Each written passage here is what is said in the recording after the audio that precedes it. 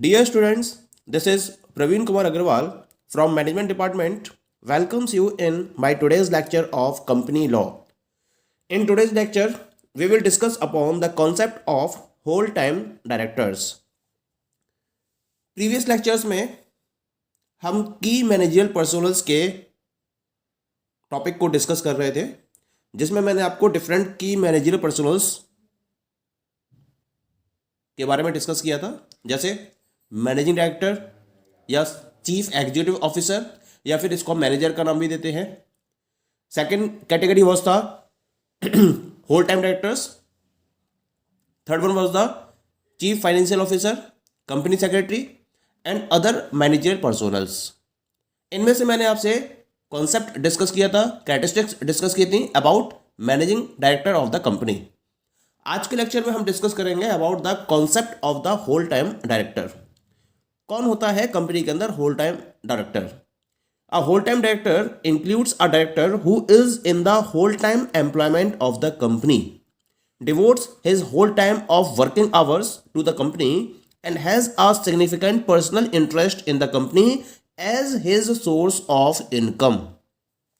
यानी कि कुल मिला के जो होल टाइम डायरेक्टर है वो एक डायरेक्टर को ही अपॉइंट किया जाता है, क्योंकि वर्ड यहाँ पर कनेक्टेड है होल टाइम, यानी कि ये वो पर्टिकुलर डायरेक्टर होता है जो कंपनी को अपना फुल टाइम देता है. यानी कि जो भी वर्किंग आवर्स हैं कंपनी के अंदर, उन टोटल वर्किंग आवर्स में ये अपना होल टाइम एम्प्लॉयमेंट कंपनी को प्रोवाइड करता है. ठीक है. और as a source of his income वो कंपनी के अंदर अपना एक पर्सनल इंटरेस्ट रखता है, यानी कि दैट पर्सन इज सैलरीड, यानी कि इस पर्टिकुलर पर्सन को एम्प्लॉइज की तरह सैलरी प्रोवाइड की जाती है. तो एक तरीके से देखा जाए तो this particular person is having the dual identity within the company. The first identity is of the director and second identity is as an employee of the company, जिसको हम होल टाइम डायरेक्टर का नाम दे रहे हैं. ठीक है. तो दो आइडेंटिटी होती है इसकी, क्योंकि ये अपनी फुल वर्किंग प्रोवाइड करता है, अपना फुल टाइम प्रोवाइड करता है और कंपनी के वर्किंग आवर्स में ये प्रॉपर एम्प्लॉयमेंट के रोल को प्ले करता है. तो ऐसे पर्टिकुलर डायरेक्टर को हम होल टाइम डायरेक्टर का नाम देते हैं. पॉइंट क्लियर हो गया.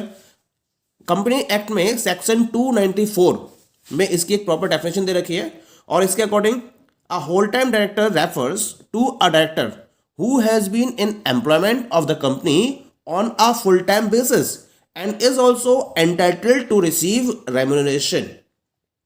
यानी कि सेक्शन 294 के अकॉर्डिंग भी जो होल टाइम डायरेक्टर है वो एक डायरेक्टर ही होता है, और जो कंपनी में फुल टाइम बेसिस पर एम्प्लॉयमेंट को एक्सेप्ट करता है, और उसके साथ साथ वो रेम्यूनरेशन को रिसीव करने के लिए एंटाइटल्ड होता है. तो ऐसे पर्टिकुलर डायरेक्टर को हम होल टाइम डायरेक्टर का नाम देते हैं. पॉइंट क्लियर हो गया. यहां भी डबल आइडेंटिटी की बात कर रहे हैं. The first identity is of the director and second identity is of the employee of the company. Clear. अब अगर मतलब एक कंडीशन है कि जो कंपनी का डायरेक्टर है वही कंपनी का होल टाइम डायरेक्टर बन सकता है. अगर कोई पर्टिकुलर होल टाइम एम्प्लॉय है और अगर उसको एज अ डायरेक्टर अपॉइंट कर दिया जाए कंपनी के, तो क्या होगा, उसको भी होल टाइम डायरेक्टर की पोजीशन को फॉलो किया जा सकता है. यानी कि that particular person can also occupy the position as the whole time director within the company. लेकिन कंडीशन मस्ट रहेगी कि होल टाइम डायरेक्टर होने के लिए पहले उस पर्टिकुलर पर्सन को कंपनी का डायरेक्टर बनना ही होगा.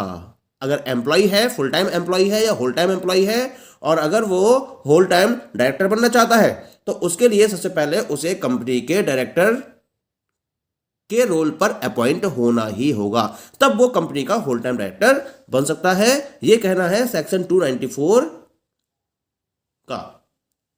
ओके. अगर मैं होल टाइम डायरेक्टर की बात करूं, then a whole time director is the key managerial personnel of the company and is an officer by default.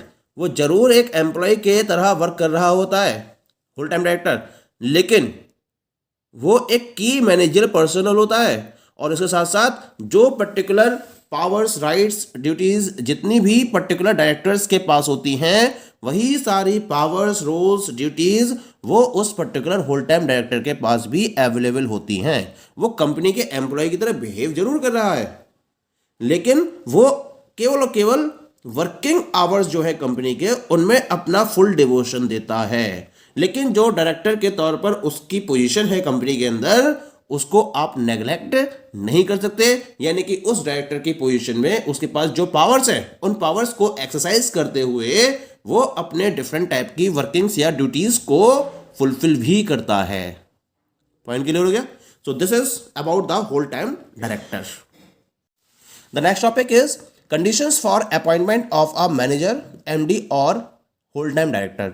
यानी कि इस टॉपिक में हम उन पर्टिकुलर कंडीशंस को डिस्कस करेंगे जिनके बेसिस पर कंपनी में मैनेजर या फिर मैनेजिंग डायरेक्टर या फिर होल टाइम डायरेक्टर को अपॉइंट किया जा सकता है। कंपनी एक्ट में शेड्यूल 5 इस पॉइंट ऑफ व्यू से प्रिपेयर किया गया है, जिसमें इनके अपॉइंटमेंट, इनके रेम्युनरेशन और अदर कंडीशंस को डिस्क्राइब किया गया है। और इस तरीके से टोटल 5 पार्ट्स में इसको डिवाइड किया गया है। यानी कि कंपनी एक्ट के शेड्यूल 5 को टोटल 5 पार्ट्स में डिवाइड किया गया है। Part first, part second, part third, part fourth और पार्ट फिफ्थ। इनमें से जो पार्ट फर्स्ट है, this particular part first defines the conditions for appointment of a managing director और होल टाइम डायरेक्टर और अ मैनेजर। इसके पार्ट सेकंड में इनके रेम्युनरेशन से रिलेटेड पॉइंट्स को डिस्कस किया है।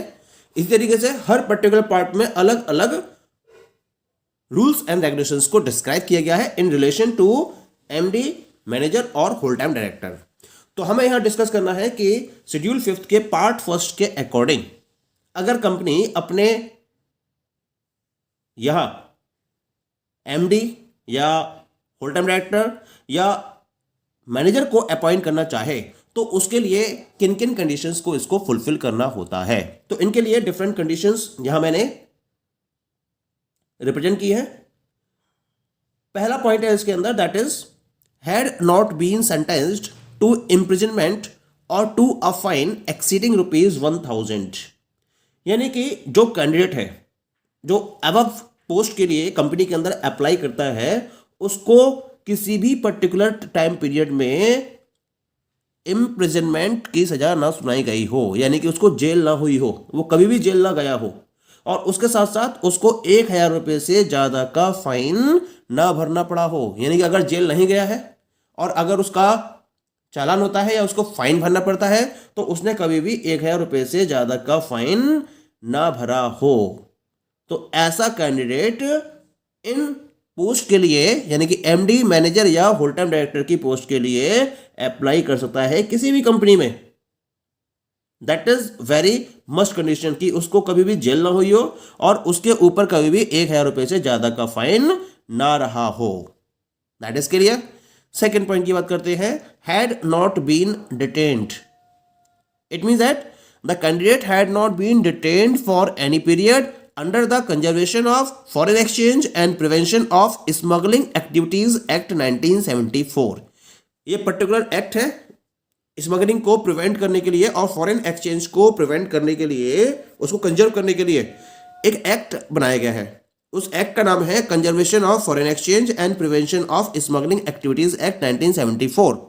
अगर इस पर्टिकुलर एक्ट के थ्रू उस कैंडिडेट पर कोई कार्रवाई की गई है और उसकी वजह से उसको डिटेन किया गया है, तो ऐसा कैंडिडेट भी एबव पोस्ट के लिए अप्लाई नहीं कर सकता, वो एलिजिबल नहीं होगा।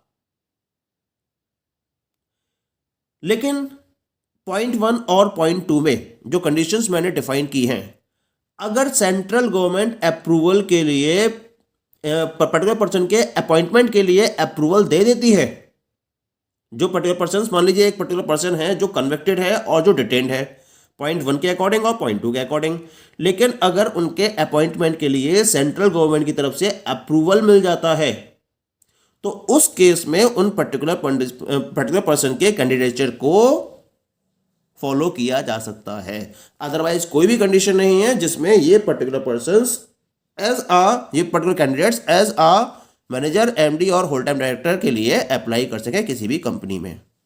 क्लियर। अब बात करते हैं हम इनकी एज की, यानी कि अगर अप्लाई करना है तो इसके लिए मिनिमम और मैक्सिमम एज का क्या क्राइटेरिया है। तो मिनिमम एज के लिए the candidate must have completed the age of 21 years but have not attend the age of 70 years, यानी कि मिनिमम एज रहती है इसके अंदर 21 ईयर्स की, कम से कम 21 साल का होना चाहिए कैंडिडेट, और मैक्सिमम वो 70 ईयर्स का होना चाहिए। इससे ज़्यादा उसकी एज नहीं होनी चाहिए। अगर 21 से कम है और 70 से ज़्यादा है तो वो इन पर्टिकुलर पोस्ट के लिए किसी भी कंपनी में अप्लाई नहीं कर सकता। क्लियर। लेकिन एक पर्टिकुलर पर्सन जिसकी एज 70 ईयर्स से ज़्यादा है, अगर कंपनी के स्पेशल रिजोल्यूशन के थ्रू उस पर्टिकुलर पर्सन को as a director, whole time director या मैनेजर अपॉइंट किया जाता है तो उसको ऐसा तो किया जा सकता है, लेकिन इसके लिए कंपनी में एक स्पेशल रिजोल्यूशन को पास करना जरूरी है। Clear. Next one is ceiling on remuneration. अब हम बात करते हैं कि इन पर्टिकुलर पर्सन्स को रेम्यूनरेशन किस कंडीशन के बेसिस पर पे किया जाता है। Where a person is appointed as MD in more than one company, he can draw remuneration from one or more companies subject to the ceiling of the provided in section 5th of part 2nd of the schedule 5th। तो ये मैंने पहले भी discuss किया था आपसे कि जो शेड्यूल 5th है वो इसके रिगार्डिंग डेवलप किया गया है कंपनी एक्ट में, और उसके 5 पार्ट्स हैं। पहले पार्ट में कंडीशंस को डिफाइन किया गया है और पार्ट 2nd में रेम्यूनरेशन से रिलेटेड सब्जेक्ट को इंक्लूड किया गया है। तो उस शेड्यूल 5th के पार्ट 2nd के सेक्शन 5th के अकॉर्डिंग अगर कोई पर्टिकुलर पर्सन एक से ज़्यादा कंपनीज में एमडी के तौर पर अपॉइंट किया जाता है तो वो वन और मोर कंपनीज में जो रेम्यूनरेशन ड्रॉ करेगा उसके रिगार्डिंग एक मैक्सिमम लिमिट डिसाइड कर दी गई है, और ये मैक्सिमम लिमिट के बियॉन्ड जाकर इस पर्टिकुलर रेम्यूनरेशन को ड्रॉ नहीं कर सकता। यानी कि अगर कोई पर्टिकुलर पर्सन है जो सपोज करिए 2 कंपनीज में एमडी है, तो इन 2 कंपनीज का जो कंबाइंड रेम्यूनरेशन उसको मिलेगा वो शेड्यूल 5th के पार्ट 2nd के सेक्शन 5th के कंडीशंस के अकॉर्डिंग ही मिलेगा। उससे ज़्यादा वो एक्सीड नहीं कर सकता।